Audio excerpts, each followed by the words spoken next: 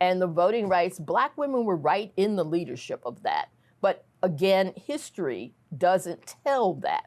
History basically says that Black men were in that fight and Black women were sort of behind the scenes, but we weren't. We were out there fighting for those rights.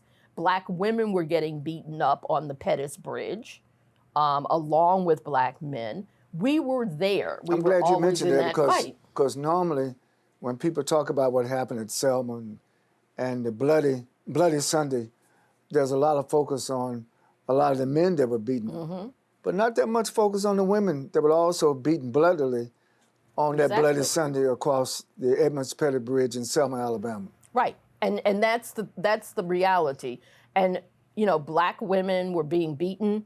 Young Black girls had dogs police dogs turned on them, fire hoses turned on them.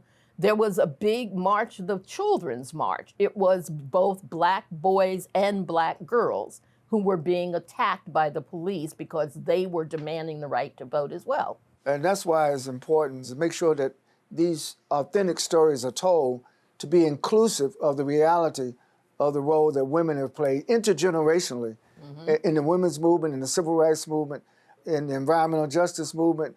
Women has played a vital role. Right. And that's one of the things that we do at our organization. And one of the reasons that it's called In Our Own Voice is to say Black women have a voice in all of these movements. And we want to make sure that our voice is heard.